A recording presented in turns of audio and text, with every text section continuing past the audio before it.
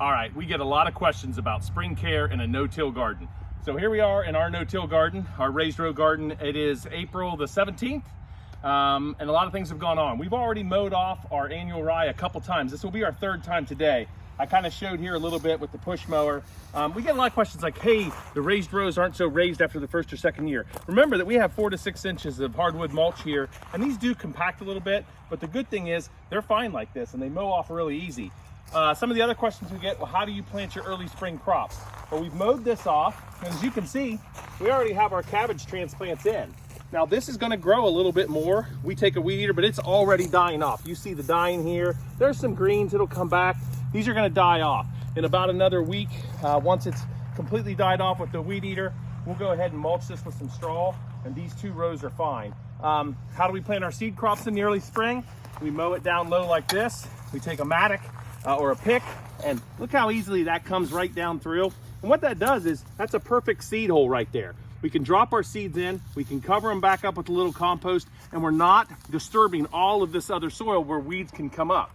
It's a really quick and easy way to plant your seed crop, and as opposed to when you're tilling the entire row, you have seeds coming up everywhere. If you had carrots or something small, peas, you know what that's exactly like. So this way, you're just disturbing a little bit with a pick, and then when we go to transplant our big crops, transplants like the cabbage or the tomatoes, we just use the post hole diggers, go right down in, and as you can see, takes out a perfect hole. I'd probably take one more to get it a little deeper there, but it's a really quick, easy way.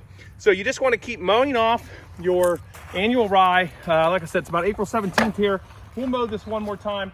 The first few times I mowed it, I used a bagger, and I'll put that, either spread it back out on the rows, or I'll put it in our compost bin. Now that it's thinning out, you can really tell it's starting to die off. You see that brown underneath, just some edges. And a few more times of mowing, this will be dead. I just take the bagger off. So I'll show you real quick. We'll end with this. Raised row garden, we have the article to go along with this. Very easy, no tilling. We'll be able to plant whenever we want.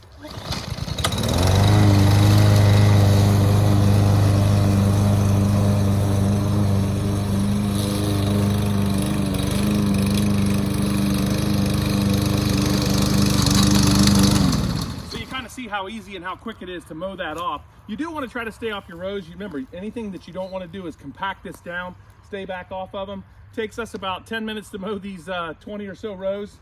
A very easy way to grow a garden, and obviously, as you can see around, there's not going to be weeds this year because that annual rye kind of forms that weed protective barrier, and then the mulch goes on top of it.